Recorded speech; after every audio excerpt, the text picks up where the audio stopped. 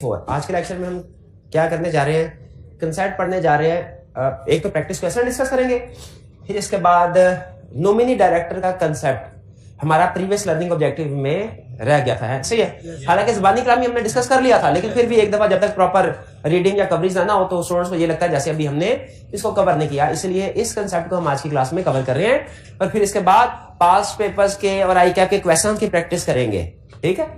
तो आज इंटेंशनली मैंने जरा थोड़ा सिलेबस कम ही रखा है आज के लेक्चर के लिए टॉपिक, ताकि आप ज्यादा ओवरबर्डन फील ना करें। रिजल्ट है आपका, ठीक है जी, रिजल्ट है। तो उससे पहले अच्छा मुझे बताइए, पहले कंसेप्ट डिस्कस कर लेंगे क्वेश्चन कंसेप्ट, चले कंसेप्ट कर लेते हैं पहले। नॉमिनी डायरेक्टर किसको कहते हैं? नॉमिनी डायरेक्टर ऐसा डायरेक्टर है जिसको किसी ने नॉमिनेट किया हो, जिसको किसी ने, वो अपनी शेयर होल्ड अपने दम पे नहीं आ बन रहा डायरेक्टर, अपने आमदनी से जो शेयर्स खरीदे हुए हैं उनसे डायरेक्टर नहीं बन रहा, बल्कि किसी के बिहाफ पे डायरेक्टर बन रहा है। तो ये तो हमें इससे फिर समझ आ जाती है कि जो किसी के बिहाफ पे बन रहा है वो कोई आर्टिफिशियल पर्सन नहीं होगा, नेचुरल पर्सन नहीं होगा, क्योंकि जिसके बिहाफ पे बन रहा है वो अगर नेचुरल पर्सन होता तो खुद बच जाता। इसलिए अगर आप देखें नॉमिनी डायरेक्टर की जितनी भी एग्जांपल्स है, 3 एग्जांपल्स हैं। एक nominated by federal government, by body corporate जो मेंबर है, और तीसरा यहाँ पे क्राइटेरिया से मुराद नॉर्मली प्रैक्टिस में बैंक्स होते हैं, बैंक्स। तो ये तीनों ही एग्जांपल आर्टिफिशियल पर्संस की हैं। लेकिन इसमें याद रखिएगा जो फेडरल गवर्नमेंट या बॉडी कॉर्पोरेट है ना, ये कंपनी के मेंबर्स हैं, ये कंपनी के मेंबर्स के तौर पे किसी को डायरेक्टर नॉमिनेट कर रहे हैं। जो क्रेडिटर है ना, यानी बैंक, ये मेंबर के तौर पे नॉमिनेट नहीं कर रहा किसी, हालांकि इसकी कंपनी में इन्वेस्टमेंट है, इसकी कंपनी में। अच्छा एक लफ्ज याद रखिएगा, इन्वेस्टमेंट। अकाउंटिंग में शायद आप ये पढ़ते होंगे कि इन्वेस्टमेंट सिर्फ शेयर्स को कहते हैं। इन्वेस्टमेंट से मुराद लॉ में इक्विटी इन्वेस्टमेंट भी है और डेट इन्वेस्टमेंट भी है। इन्वेस्टमेंट की डेफिनेशन आएगी, एक टॉपिक है हमारा इन्वेस्टमेंट इन एसोसिएटेड कंपनी, उसमें वो इन्वेस्टमेंट की डेफिनेशन देता है। उसमें कहता है इन्वेस्टमेंट से मुराद शेयर्स भी है, लोन भी है, लोन भी है, हाँ जी। तो इसीलिए जो अगर इन्वेस्टमेंट है, ये जो बॉडी कॉर्पोरेट या फेडरल गवर्नमेंट है, इसने जो इन्वेस्टमेंट की होती है वो की होती है इन द फॉर्म ऑफ शेयर्स या इक्विटी। लेकिन जो क्रेडिटर है इसने इन्वेस्टमेंट की हुई है वो in the form of date की होगी, ठीक है। तो हैं दोनों नॉमिनेट डायरेक्टर अपॉइंट कर सकते हैं, लेकिन जो क्रेडिटर वाला डायरेक्टर होता है ना, वो सिर्फ उस वक्त तक होता है जब तक डेट रीपे नहीं होता। डेट तो रीपे करना होता है ना, इक्विटी रीपे नहीं करनी होती। इसलिए डेट के केस में उसने कहा कि ये तब तक डायरेक्टर रहेगा जब तक लोन नहीं। लेकिन इक्विटी के केस में उसने कहा ये वाला नॉमिनी डायरेक्टर जो फेडरल गवर्नमेंट का है, यहाँ के बॉडी कॉर्पोरेट का है, ये तब तक रहेगा till the player of nominating body, till repayment नहीं कहा, क्योंकि इसकी रीपेमेंट नहीं, ये तो इरिडीमेबल होता है ना शेयर्स। तो नॉमिनी डायरेक्टर का मतलब क्या? ऐसा डायरेक्टर जो किसी ने नॉमिनेट किया हो। अब अगला सवाल, कौन नॉमिनेट करता है? 2 तरह के लोग, एक बॉडी कॉर्पोरेट या गवर्नमेंट और दूसरा क्रेडिटर। अच्छा इन दोनों कैटेगरी में फर्क क्या है? ये भी नॉमिनी डायरेक्टर है, ये भी नॉमिनी डायरेक्टर है, लेकिन दोनों को अलग-अलग क्यों लिखा? ये है nominee director due to equity investors की वजह से, मेंबर होते हुए, और ये है डेट की वजह से, इसलिए दोनों को अलग अलग किया गया, ठीक है। ये शेयर की वजह से, और ये कॉन्ट्रैक्चुअल एग्रीमेंट। कॉन्ट्रैक्चुअल एग्रीमेंट यहां पे कौन सा? Loan agreement. क्रेडिटर किसी को नॉमिनेट करते हैं because of loan agreement, body corporate या गवर्नमेंट किसी को नॉमिनेट करेंगे बिकॉज ऑफ शेयर होल्डिंग। तो मुझे बताइए आपको इन दोनों में से कौन सा ट्रू सेंस में लग रहा है कि ज्यादा हकदार है डायरेक्टर बनने का? गवर्नमेंट वाला। इसलिए लॉ ने इसके बारे में 2 बातें कही। एक, deem to have been elected director, हालांकि ये नॉमिनी डायरेक्टर है, इसके इलेक्शन के जरिए नहीं आता, लेकिन एज्यूम किया जाएगा कि ये इलेक्टेड डायरेक्टर है। यानी जब कभी इलेक्टेड डायरेक्टर की लिस्ट निकाली जाएगी उसमें नॉमिनी डायरेक्टर का भी नाम आएगा। किस वाले नॉमिनी डायरेक्टर का? जो बॉडी कॉर्पोरेट या फेडरल गवर्नमेंट वाला। हाँ, बॉडी कॉर्पोरेट के पास शेयर होल्डिंग होना जरूरी है, फेडरल गवर्नमेंट के पास शेयर होल्डिंग होना जरूरी है, इस नॉमिनी डायरेक्टर के पास शेयर होल्डिंग होना जरूरी नहीं, क्योंकि ये उनके बिहाफ पे डायरेक्टर बन रहा है। तो इसको कहते हैं deem to have been elected, लेकिन जो क्रेडिटर वाला है इसको इलेक्टेड डायरेक्टर नहीं अज्यूम किया जाता। बट डायरेक्टर तो ये एक एडिशनल डायरेक्टर का है, इसको कहते हैं एडिशनल डायरेक्टर। ठीक है, अच्छा गैस कीजिए, जो अल्लाह ने कहा है मिनिमम नंबर ऑफ डायरेक्टर्स इतने होने चाहिए, कितने होने चाहिए? 1 या 2 या 3 या 7, उसमें नॉमिनी डायरेक्टर को गिनते हैं कि नहीं? एक के गिनते हैं। जो जो जो हाँ जी, जो बॉडी कॉर्पोरेट वाला होगा इसको गिनेंगे, जो क्राइटर वाला है इसको मिनिमम नंबर की कैलकुलेशन में नहीं गिनना। क्राइटर वाले को मिनिमम की कैलकुलेशन में नहीं गिनना, बॉडी कॉर्पोरेट या फेडरल गवर्नमेंट वाले को गिनना है। और it hold office during player of nominating, ये समझ आ गया? Player of nominating body. हो सकता है नॉमिनेटिंग बॉडी अगर इसे राजी है तो इसको कहे भाई 3 साल बाद भी तुम रहो डायरेक्टर हो, क्या मसला है? आम डायरेक्टर तो 3 साल बाद रिटायर हो जाते हैं ना, और नॉमिनेटिंग बॉडी चाहे तो उसको साल बाद चेंज कर दे, भाई तुमसे मुतमिन नहीं है। तो ये नॉमिनी डायरेक्टर कब तक डायरेक्टर रहेगा? Till the player of nominating body. इसके बारे में लॉ ने नहीं बताया, लेकिन ये कब तक रहता है प्रैक्टिकल? जब तक लोन रीपे नहीं होगा, जहां कॉन्ट्रैक्ट खत्म, लोन खत्म, कॉन्ट्रैक्ट खत्म, कॉन्ट्रैक्ट खत्म, डायरेक्टर खत्म। फर्क समझ आ गया? ये नॉमिनी डायरेक्टर का कंसेप्ट था। कोई क्वेश्चन इसमें पूछना चाहते हो तो पूछ ले। गवर्नमेंट या बॉडी कॉर्पोरेट के पास शेयर होल्डिंग होना जरूरी है कि रिक्वायर्ड शेयर होल्डिंग? अंडरस्टूड है, रिक्वायर्ड शेयर होल्डिंग। सिर्फ एक शेयर पे तो वो नहीं किसी को नॉमिनी डायरेक्टर बनाएंगे, ठीक है? वो तो फिर किसी और को वोट दे देंगे बस, ज्यादा से ज्यादा। डायरेक्टर नहीं, डायरेक्टर बनाने, खुद डायरेक्टर बनना है या डायरेक्टर बनाना है किसी को, आपके पास रिक्वायर्ड शेयर होल्डिंग होना जरूरी है। सर अगर गवर्नमेंट या body corporate nominee director sign करना, उसका मेंबर होना जरूरी है क्या? बॉडी कॉर्पोरेट या फेडरल गवर्नमेंट अगर किसी को डायरेक्टर नॉमिनेट करते हैं तो उस नॉमिनी डायरेक्टर का मेंबर होना लाजमी है कि नहीं? आपके सिलेबस की हद तक इसका आंसर है नहीं। उसका डायरेक्टर होना, मेंबर होना लाजमी नहीं। क्यों लाजमी नहीं है? क्योंकि जिसके भी हाथ में वो डायरेक्टर बन रहा है वो खुद मेंबर है। लेकिन कभी कभार ऐसा होता है कि आर्टिकल्स में एक चीज लिखी होती है कि हर डायरेक्टर के पास कम अज कम 10,000 शेयर होना जरूरी है।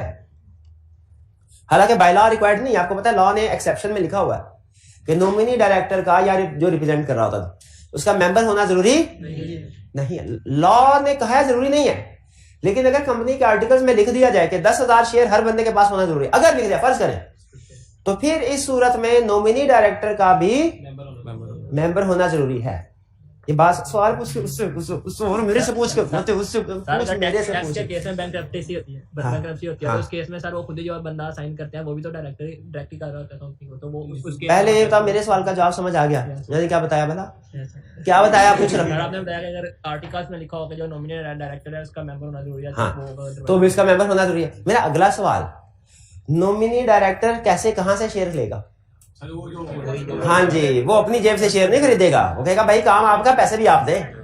तो इसलिए जो फेडरल गवर्नमेंट है या बॉडी कॉर्पोरेट जो उसको नॉमिनी डायरेक्टर अपॉइंट कर रही है, वो अपने कुछ शेयर उसके नाम पे ट्रांसफर कर देंगे। अच्छा, अब कंसेप्ट से कंसेप्ट निकलता है और आज तो टाइम भी हमारे पास है। शेयर ट्रांसफर किए जाएंगे तो ये भाग भी तो सकता है नॉमिनी डायरेक्टर। हाँ जी, अगला जाएगा ज्वाइंट शेयर होल्डिंग के तौर पे कर देते हैं इसको। चले बहरहाल ये कंसेप्ट नॉमिनी डायरेक्टर का समझ आ गया। अब हम चलते हैं क्वेश्चंस की तरफ। क्वेश्चन 14 जी, कल वाले लेक्चर से पूछना।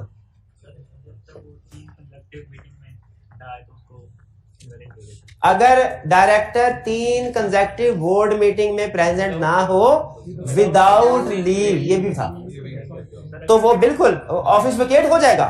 ऑफिस वेकेट होने का मतलब क्या है? वो डायरेक्टर नहीं रहेगा। ऐसे ही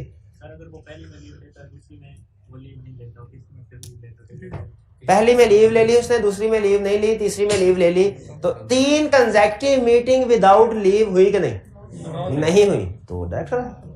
हमने एज इट इज लॉ को फिट करना, ठीक है? तो नहीं, 3 कंसेक्यूटिव मीटिंग होनी चाहिए और तीनों विदाउट सीकिंग लीव होनी चाहिए। और की क्वेश्चन? जी जी, इप्सो फैक्ट। अच्छा, इप्सो फैक्टो का वर्ड, इप्सो फैक्टो का मतलब है, इप्सो फैक्टो का मतलब है बिकॉज ऑफ दिस फैक्ट, यानी वो कहते हैं बिकॉज ऑफ दिस फैक्ट कि बाकी चाहे सारा क्राइटेरिया भी डायरेक्टर पूरा कर रहा हो, चाहे बाकी सारे एलिजिबिलिटी इनएलिजिबिलिटी क्राइटेरिया से पास होके आ गया हो, इधर आके फंस गया ना कोई डायरेक्टर, तो बिकॉज ऑफ दिस फैक्ट वो डायरेक्टर नहीं रहेगा। यानी एलिजिबिलिटी क्राइटेरिया भी पूरा, इनएलिजिबिलिटी से भी बच गया, लेकिन 3 कंसेक्टिव मीटिंग, और वो अब उसको 3 कंसेक्टिव मीटिंग में अटेंड नहीं किया, उसको मैंने कहा तुम डायरेक्टर नहीं हो, वो शोर मचाएगा। मेरा क्वालिफिकेशन क्राइटेरिया पूरा है, डिसक्वालिफिकेशन में मीट कर रहा हूं, तो मैं डायरेक्टर, हमसे कहें नहीं। इप्सो फैक्टो 3 कंसेक्टिव मीटिंग है, 3 कंसेक्टिव मीटिंग अटेंड ना की, लोन ले लिया ना without approval, office of profit ना विदाउट अप्रूवल, तो यही रीजन सफिशिएंट है तुम्हें कंपनी से निकालने के लिए। इप्सो फैक्टो का मतलब है because of these facts, because of these facts, चाहे बाकी चीजें सारी पूरी भी हो रही हो, बिकॉज ऑफ दीज फैक्ट्स भी ऑफिस वेकेट हो जाएगा। जी, क्या नॉमिनी डायरेक्टर को कंपनी रिमूव कर सकती है? यस, रूल सेम लगेगा। इनकी परमिशन के बगैर नहीं कर सकते, क्योंकि जब आपने रिमूवल का रूल पढ़े तो उसमें देखे, अगर रिमूव होने वाले डायरेक्टर को इतने वोट मिल जाए जितने के पीछे में, तो जाहिर अगर इसका आशीर्वाद है ना इसके सर पे, ये इसका बॉडी कॉर्प है गवर्नमेंट का, तो दूसरे चाहे इसको रिमूव भी करना चाहेंगे, ये अपने वोट इस वक्त तो मिनिमम वोट तो उसके पास आ ही जाएंगे, तो इसे ये रिमूव नहीं हो सकेगा। तो बाय लॉ रिमूव हो सकता है, लेकिन प्रैक्टिकली रिमूव नहीं हो सकेगा। क्यों नहीं? क्योंकि इसको जितने वोट चाहिए होंगे ना अपनी सीट बचाने के लिए, उसे बॉडी कॉर्पोरेट दे देगा। तो इसलिए इस वाले एक पर्सन के लिए बाकी डायरेक्टर को राजी रखना जरूरी नहीं है, जो इसको नॉमिनेट कर रहा है गवर्नमेंट बॉडी को, इसको राजी रखना जरूरी है। जी जी पूछिए लास्ट। अनअपोज्ड डायरेक्टर के बारे में बता दें। अनअपोज्ड डायरेक्टर कौन होता है वाला? अगर बोर्ड मीटिंग के इलेक्शन में जितने डायरेक्टर्स अपॉइंट करने थे उतने ही या उससे कम कैंडिडेट आ जाए तो सारे वही इलेक्ट हो जाएंगे बगैर इलेक्शन के। इन्हें कहते हैं अनअपोज्ड। हाँ जी, इलेक्शन के बगैर कह रहे या किसी मुकाबले के बगैर अनअपोज्ड इलेक्शन। वो सीआर कैसे रखते हैं? डायरेक्टर्स इतनी पाबंदियों को याद कैसे रखते हैं? इतनी पाबंदियां लगा रहे होते हैं, उनको याद कैसे रखते हैं? ये डायरेक्टर्स ने एक वकील भी रखा होता है, वो कोई भी बड़ा काम करने से पहले वकील से मशवरा कर लेते हैं लीगल एडवाइजर। जैसे होता है ना बाज़ औक़ात शरिया एडवाइजर होते हैं, भाई हाँ हमारे ऊपर इतने इस्लाम के रूल्स हैं, हम याद कैसे रखें? तो ना याद रखें, खुद जरूरी नहीं है, लेकिन जिनको याद है उनसे राब्ता रखें। फिर जिनको याद है तो किसी मुफ्ती का नंबर हर वक्त आपके मोबाइल में मौजूद होना चाहिए। हाँ जी, हाँ, और उससे पूछते रहें कि क्या सर ने असाइनमेंट 4 असाइनमेंट्स क्वेश्चन दिए, केस स्टडी मैंने 3 किए, और सर ने कहा जिन्होंने असाइनमेंट नहीं की हाथ उठाएं, मैंने हाथ नहीं उठाया, क्या ये जायज है? जिस फील्ड में भी है, जिस फील्ड में भी, ठीक है, उससे रिलेटेड क्वेश्चन पूछे। 14 भाई इस चैप्टर से रिलेटेड सवाल है। अच्छा, अब ये देखना रिलेट कैसे कराता। किसका? Player of the nominating body का मतलब है जब तक नॉमिनेटिंग बॉडी की मर्जी हो, जब तक नॉमिनेटिंग बॉडी की मर्जी हो, यानी इसमें वो 3 साल वाली ड्यूरेशन नहीं लगेगी। नॉमिनी डायरेक्टर पे 3 साल वाली ड्यूरेशन नहीं लगेगी जब तक नॉमिनेटिंग बॉडी की मर्जी है। प्लेयर का मतलब होता है मर्जी, लिख ले मर्जी। हाँ जी, जितने जब तक उसकी मर्जी है तब तक डायरेक्टर। और कोई क्वेश्चन जी?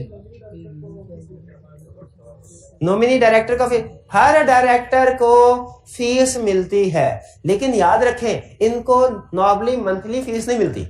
अगर तो कई ऑफिस ऑफ प्रॉफिट होल्ड किया होगा ना इन्होंने, फिर इनको मंथली फीस मिलती है, वरना नॉर्मली डायरेक्टर को मंथली फीस नहीं मिलती, मीटिंग फी मिलती है। मीटिंग फी और मीटिंग फी अच्छी खासी होती है, 40-50 हजार एक मीटिंग की फीस, खाना पीना उधर लगा, ठीक है। तो मीटिंग की फीस होती है इनकी मीटिंग के हिसाब से। और भी क्वेश्चन? मंथली सैलरी डायरेक्टर की नहीं होती, लेकिन अगर वो डायरेक्टर कोई ऑफिस ऑफ प्रॉफिट होल्ड कर रहा है उस सूरत में होगी। जैसे अगर वो डायरेक्टर चीफ एग्जीक्यूटिव बन गया तो चीफ एग्जीक्यूटिव के तौर पर, अगर वो टेक्निकल एडवाइजर बन गया उसके तौर पे उसकी होगी, अगर वो लीगल एडवाइजर बन गया तब मंथली होगी। यानी ऑफिस ऑफ प्रॉफिट होल्ड करे तो मंथली फी होते, वरना उनकी मंथली फीस नहीं। और आपको एक इंटरेस्टिंग चीज बताऊं,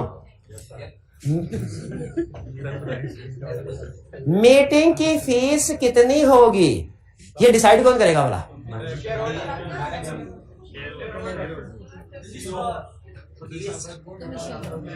डायरेक्टर्स भी कर सकते हैं, डायरेक्टर भी खुद ही कर सकते हैं। कितनी फीस होगी वो तो कहेंगे हाँ बिल्कुल। अच्छा, लेकिन अब इसका क्या इलाज है ये आगे हम पढ़ेंगे। आपका क्वेश्चन इधर से क्वेश्चन क्या गवर्नमेंट या बॉडी कॉर्पोरेट एक से ज्यादा डायरेक्टर्स को नॉमिनेट कर सकते हैं? इट डिपेंड्स कि उनके पास रिक्वायर्ड शेयर होल्डिंग, अगर रिक्वायर्ड शेयर होल्डिंग डबल है तो वो 2 को कर ले। अच्छा, लॉ ने ना एक अजीब सी लाइन लिखी हुई है, एक अजीब सी लाइन, काफी अजीब लाइन है, उनमें एक अजीब सी लाइन है, ये अजीब सी लाइन है। वो अजीब सी लाइन ये है कि अगर फर्ज कीजिए कंपनी के डायरेक्टर्स हैं 20, तो रिक्वायर्ड शेयर होल्डिंग कितनी है डायरेक्टर बनने के लिए? 5। अगर तो मैं नेचुरल पर्सन हूं, मेरे पास 5% शेयर आए, मैं खुद डायरेक्टर बन जाऊंगा, नोटिस वगैरह दूंगा और मुझे कोई नहीं रोक, कोई और एक वोट भी देना दे फिर भी मैं डायरेक्टर बन जाऊंगा, सारे वोट खुद दे रहा हूं। अगर मैं आर्टिफिशियल पर्सन हूं, रिक्वायर्ड शेयर होल्डिंग आ गई, मैं खुद डायरेक्टर नहीं बन सकता, लेकिन मैं किसी को नॉमिनेट कर सकता हूं। अगर मेरे पास शेयर होल्डिंग आ गई 12%, तो मैं 2 कर सकता हूं, ठीक है। अच्छा, अगला क्वेश्चन, मैंने 2 डायरेक्टर नॉमिनेट कर दिए, अब जब एजीएम होगी उसमें इलेक्शन होगा, ये 2 डायरेक्टर तो deem to have been elected, ये तो स्कूल से साइड में बैठ के चाय पी रहे होंगे, मुकाबला देख रहे होंगे क्या चल रहा है, ठीक है। ऐसे तो ना जैसे एक स्टूडेंट होता है वो रूटीन में रोज का रोज पढ़ रहा होता है, असाइनमेंट कर रहा होता है, एक आखिरी 2-3 महीने में पढ़ता है। तो जब जाते हैं ना, मेरी आदत, जब मैं स्टूडेंट था ना, मैं शुरू से पढ़ा करता था, मेरी अच्छी आदत थी, और पेपर था 9 बजे, मैं 7 बजे सेंटर पे पहुंच जाता था, पढ़ता नहीं था, दूसरों के मुंह देखता था, खुश होता। यकीन कीजिए बड़ा मजा आता, बड़ा मजा आता। और कभी कभार दिल करता है किसी को तंग करने को, तो पढ़ रहा हो तो उसको कहते यार वो कंसर्ट पढ़ा तूने, बस फिर उसकी हालत देखने वाली होती है। ये तो 6 महीनों की एंजॉयमेंट होती है। यार रिजल्ट वाले दिन मजा आता है, यहाँ पेपर वाले दिन 2 घंटे पहले पहुंच गए। तो बहरहाल तो अब देखिए, सुने, तो वो बंदा, वो डायरेक्टर तो स्कूल से साइड में बैठे चाय पी रहे होंगे, क्योंकि वो तो नॉमिनेट हो गए, बाकियों की हालत जो है वो देखने वाली होगी। अब जो नॉमिनेटिंग बॉडी कॉर्पोरेट है, उसके क्या वो इलेक्शन में हिस्सा ले सकती है? क्या वो दूसरे जो डायरेक्टर लड़ रहे हैं, इलेक्शन लड़ रहे हैं, उनको वोट दे सकती है कि नहीं? दे सकती है कि नहीं? वोट दे सकती है। शाबाश। कितने वोट? 2% या 12%? लॉ इसका जवाब मुश्किल देता है, इसका जवाब है 2%, लेकिन उसने लाइन बड़ी मुश्किल लिखी है, शायद आईकैप की बुक में ये लाइन लिखी है बड़ी मुश्किल, कि अगर जो पर्सन अपॉइंटिंग नॉमिनी डायरेक्टर है, अगर वो नॉमिनी डायरेक्टर को अपॉइंट करे, तो उसके अपने शेयर प्रोपोर्शनेटली रिड्यूस हो जाएंगे वोटिंग पर्पस के लिए। वोटिंग पर्पस के लिए उसके अपने शेयर, यानी जितने उन डायरेक्टर्स को अपॉइंट करने के लिए जरूरी थे, उस लिहाज से प्रोपोर्शनेटली उसके अपने शेयर्स कम हो जाएंगे, और रिड्यूस जो बाकी है उन पे वोट कास्ट करेगा। यानी आसान अल्फाज में हमारे केस में वो क्या करेगा, बॉडी कॉर्पोरेट जो बाकी के 2% बच गए हैं ना, वो दूसरे डायरेक्टर को दे सकता है, क्योंकि उनकी बेस पे कोई नॉमिनेशन तो नहीं ना हो सकती, लेकिन वोट क्या हो सकता है, किसी दूसरे के काम आ जाए, किसी दूसरे किसी गरीब। जी, और कोई क्वेश्चन? कैजुअल वैकेंसी वाले डायरेक्टर को अनअपोज्ड डायरेक्टर नहीं कहेंगे, फर्स्ट डायरेक्टर को अनअपोज्ड डायरेक्टर नहीं कहेंगे, सिर्फ अनअपोज्ड डायरेक्टर को ही अनअपोज्ड कहेंगे। लेकिन इन तीनों की लॉ ने एक कैटेगरी बनाई है रिमूवल के लिए, रिमूवल पर्पस के लिए इन तीनों की एक कैटेगरी है फर्स्ट डायरेक्टर की, क्योंकि इनका रूल फर्क है। इनका क्या रूल है? अनअपोज्ड डायरेक्टर को रिमूव करना है हमने, इसका क्या रूल है? पहले तो बताइए, लॉ ने वोट्स बताए हैं, वो रिमूव करने के लिए कितने वोट्स हैं ये बताए हैं, कि रिमूवल से बचने के लिए कितने वोट्स हैं, बचने के लिए कितना। फार्मूला क्या है? Total number of shares company के multiply by directors appointed at AGM divided by director for the time being. Normally ऊपर नीचे वाले डायरेक्टर सेम होते हैं, कब चेंज होते हैं भला? जब कोई कैजुअल वैकेंसी हो जाए और फिल ना हो। शाबाश। चलिए अब question 14। Aslam was elected as a director in ABC limited 1 year ago. 1 साल पहले डायरेक्टर अपॉइंट हुआ था, तो ठीक है, अच्छी बात है, 2 साल है इसके पास। Company has 2 million shares and 7 directors. लग रहा है लिस्टेड कंपनी है, वैसे अनलिस्टेड भी हो सकती है, लेकिन लिस्टेड भी हो सकते हैं साथ। He was the last one to become director by securing 1.5 million votes. 1.5 million shares नहीं कह रहा, 1.5 million वोट्स कह रहा है। वो लास्ट पर्सन था, उसके पास 1.5 मिलियन वोट्स थे। Resolution has been moved in the general meeting to remove Aslam from his position. How much votes Aslam required to save seat? 1.5। इत्तेफाक से लास्ट पर्सन यही था। अच्छा, लास्ट पर्सन अगर बदर होता जिसने 1 मिलियन वोट्स लिए होते तो फिर हालांकि इसने मीटिंग में 1.5 मिलियन वोट लेके जीता था, लेकिन उस सूरत में इसको कितने वोट चाहिए होते? क्योंकि अपने ही वोट दोबारा लेना वो जरूरी नहीं है। मिनिमम वोट्स जो इलेक्ट होने के लिए इलेक्ट हुआ है वो जरूरी है जी। क्या हमारे पास जितने शेयर्स होते हैं उतने ही वोट्स होते हैं? नहीं, उनको नंबर ऑफ डायरेक्टर से मल्टीप्लाई करते हैं।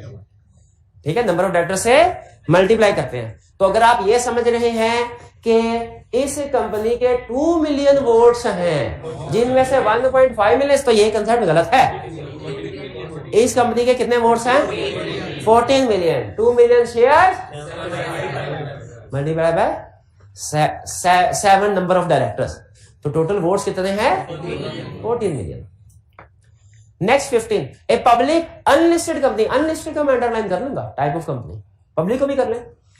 Public unlisted directors namely A, B, C, D, and in the last election they were elected by securing 80, 70, 68 and 63 votes respectively. Respective का मतलब क्या है? जिस तरतीब से नाम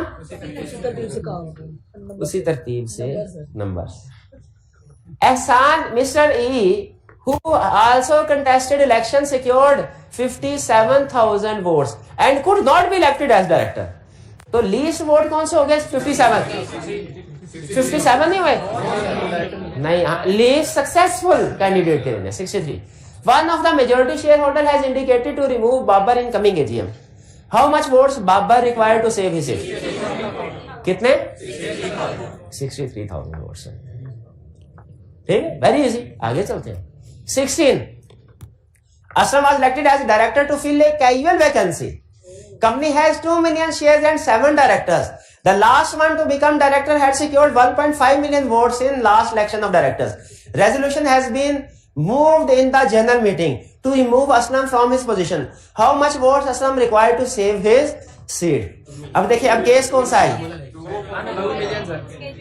कैजुअल। तो कैजुअल वैकेंसी का फार्मूला क्या? टोटल नंबर ऑफ शेयर जो के हैं 2 million multiply by number of director 7 pointed eight AGM और डिवाइड टाइम पे क्या? 7 क्यों 6 नहीं है? असलम को शामिल कर रहे हैं। असलम को क्यों शामिल कर रहे हैं? अभी तो वो डायरेक्टर है। असलम को क्यों शामिल कर रहे हैं? अभी रिमूव नहीं हुआ। रिमूव करने का अभी रिमूव नहीं, तो अभी तो 7 ही है टोटल डायरेक्टर। तो ये 2 million multiplied by 7 divided by 7 कितने वोट्स आएंगे? 2 मिलियन ही। तो असलम को अब 2 मिलियन चाहिए। अब लास्ट वन वाला रूल नहीं लगेगा। यहां पे Aslam was elected is appointed का वर्ड ठीक है, सही कह रहे हैं। लेकिन हम ये इलेक्टेड और अपॉइंटेड में गुम हो जाएंगे उसकी रिक्वायरमेंट को पूरा कर। लेकिन आपकी बात ठीक है, इधर अपॉइंटेड का वर्ड आना चाहिए था।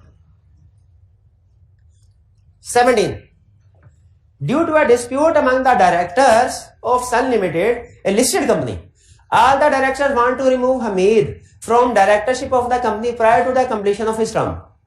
State the procedure and the conditions to be complied with if the company wants to remove Hamid from directorship of the company under each of the following assumptions. He was elected as director of the company. Elect हुआ था, election के जरिए आया, तो फिर कैसे remove होगा? Company will have to pass resolution to remove. However, he will not be removed if he secures minimum number of votes required by last person to become director. और फिर he became the director of company by subscribing to memorandum of association of company. यानी first director कह रहा है।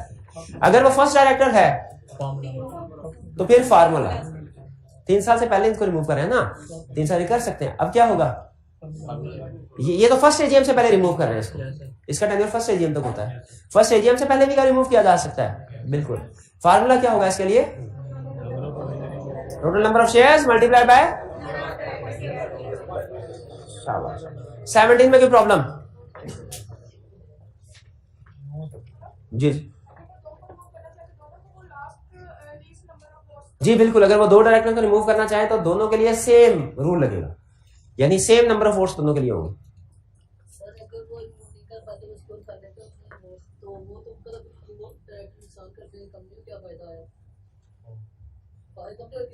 Question number 18, बालबैक limited is an unlisted public, unlisted और public को underline कर ले, एंड है by type of company law में अहम है, टाइप ऑफ कंपनी लॉ में अहम होती है, ठीक है मेरे भाई। तो टाइप बहुत से कंसेप्ट ऐसे जो हमारे टाइप ऑफ कंपनी पे बेस कर रहे होते हैं। इट हैज 8 डायरेक्टर्स, 8 को भी अंडरलाइन कर ले। It's paid up capital is ₹50 million, नहीं रुपये divided into ordinary share of ₹500 each. तो कहीं ये ना समझ लीजिएगा कि जो टोटल नंबर ऑफ शेयर्स है वो 500 है, नहीं, टोटल नंबर ऑफ शेयर्स तो 50 मिलियन है। 50 मिलियन भी नहीं है, कितने हैं? हाँ जी, 50 मिलियन तो शेयर कैपिटल है। नंबर ऑफ शेयर्स कैलकुलेट करने के लिए डिवाइड करना पड़ेगा। 5 लाख, 1 लाख है, 1 लाख, ठीक है 1 lakh. The directors have decided to remove Aga Kirmani from the board due to his dismal performance. Aga Kirmani was elected unopposed on the board. Unopposed. In the light of Public Companies Act, briefly describe how Aga Kirmani can be removed from board. कैसे remove हो? Formula लगाइए। कौन सा formula? Number of shares कितने हैं? 1 lakh multiply by 8 divided by 8, 1 lakh votes. Clear हो गया जी? चलिए, सबसे अच्छी केस स्टडी तो भाई इस लर्निंग ऑब्जेक्टिव की सबसे अच्छा। अगर आप चाहते हैं एक क्वेश्चन करें, बाकी क्वेश्चन से जान छोड़ दिया, वही क्वेश्चन सारे कंसेप्ट रिवाइज करवा दे आपके इस लर्निंग ऑब्जेक्टिव के, तो उसके लिए क्वेश्चन कौन सा है? क्वेश्चन 19 पढ़ते हैं। कह रहे हैं Lalazar limited a public unlisted company, unlisted का अनलिस्टेड को अंडरलाइन करें, has paid a capital of 100 million consisting of shares having face value of 10 each.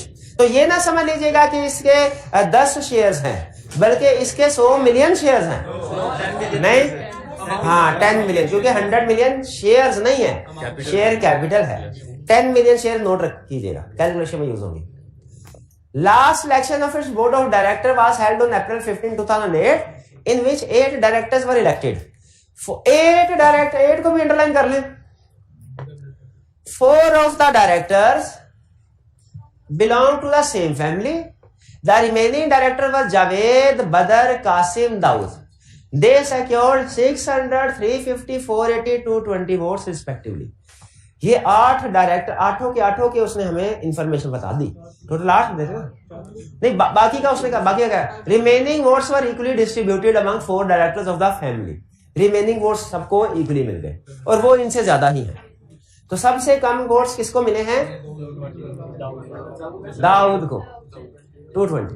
Mister Javed died on May 30, 2008 and mister Aslam was appointed as a director on June 15 to fill in casual vacancy. तो ठीक है, casual vacancy fill करना required तो नहीं था, कि था required? अरे रिक्वायर्ड नहीं था, चलो कर दिया तो फिर भी अच्छा किया, अच्छा काम किया, हम इसमें मुबारकबाद देते हैं, अच्छा काम किया, कैजुअल वैकेंसी को फिल। लेकिन कितने दिनों में किया? करना था इन्होंने कितने दिनों में? हाँ, अनलिस्ट के लिए टाइम नहीं, लिस्ट, शाबाश। तो ठीक किया उन्होंने ये काम। आगे चलते हैं, कहानी को आगे बढ़ाते हैं। Explain the following in light of provisions of Companies Act 2017. Is Lalazar Limited in compliance with the requirement of minimum number of directors? Yes. Unlisted के लिए 3 होने चाहिए, इनके 8 है। लिस्टेड होती फिर भी कंप्लायंस थी, उसके लिए भी 7। Who shall fill the number of directors? Who shall fix the number of directors to be elected? And by what time such number should be fixed? By existing director 35 days before AGM, in which election is to be held. Is it possible for company to change the number of directors once fixed? Possible है कब? Prior approval of members in general meeting at which election is to be held. B. अच्छा, ये change increase कर सकते हैं कि decrease कर सकते हैं कि दोनों? तो एक हमने ये भी पढ़ा था कि shall not be reduced, fresh election वाला कंसेप्ट था शायद। Who is responsible to fill casual vacancy in the board and when would Mr. Aslam term of office be completed? Casual vacancy कौन फिल करेगा? करेक्ट। और इसका term of office क्या होगी? Remaining fee in place of which director it is appointed. Conditions required to be fulfilled if a person desires to remove the following director. Mr. Aslam, Mr. Aslam कौन से वाला है? Casual vacancy वाला। तो उसमें क्या होगा? फार्मूला होगा। तो कैलकुलेट करें कितने डायरेक्ट नंबर ऑफ वोट्स चाहिए, कैलकुलेट। टोटल शेयर्स 10 मिलियन है, 10 million multiplied by 8 divided by 7 divided by 8। क्यों एक जिसका जब एक अच्छा एक माइनस हुआ, 8 माइनस 1 हुआ, तो फिर एक प्लस भी हो गया, तो फिर दोबारा 8 हो गया, मल्टीप्लाइड बाय 8 डिवाइडेड बाय 8। तो इसको 1 मिलियन वोट्स चाहिए, 10 मिलियन वोट्स चाहिए, 10 मिलियन चाहिए। कंपनी के पास टोटल वोट्स कितने हैं?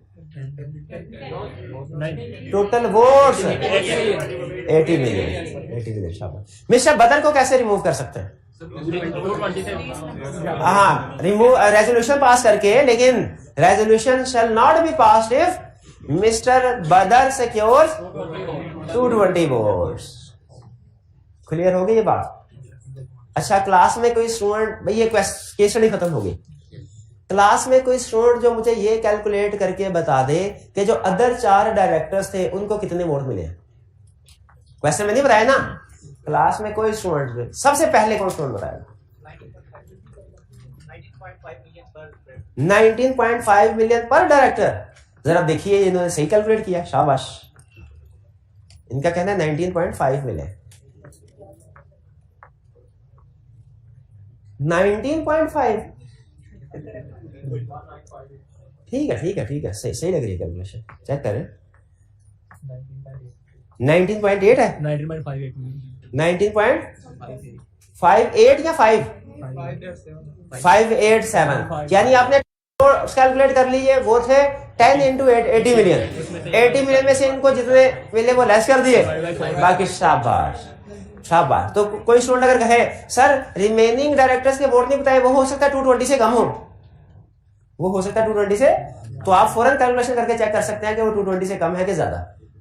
समझ आ रही बात की? Next question 20। Under the provisions of company that comment on following situation. Following situation क्या है जी? Under the provisions of company that 2017 comment on following. Kaleem is a director of Bihar limited. On 1 October 2017 Kaleem went abroad on a personal trip and returned back on 15 February 2018. He was unable to attend 5 board meetings which were held during this period. हाँ, अब ये उसने leave के बारे में नहीं बताया, consecutive board meeting में लीव, तो इफ करके बताएंगे। इफ लीव obtained तो no casual vacancy, if leave not obtained तो casual vacancy राइज हुई और ऑफिस वेकेट हुई। ipso facto Kaleem ceased to hold office of director if he did not obtain leave। ठीक है, ipso facto का लफ्ज लिख लेंगे सोल्यूशन में, याद आए तो लिख लीजिएगा। और कोई क्वेश्चन? और कोई क्वेश्चन नहीं? चलिए, आज आपकी 10 मिनट जल्दी छुट्टी हो रही है, रिजल्ट आने वाला। चलिए कोई बात, आज का लेक्चर खत्म करते हैं। अल्लाह हाफिज।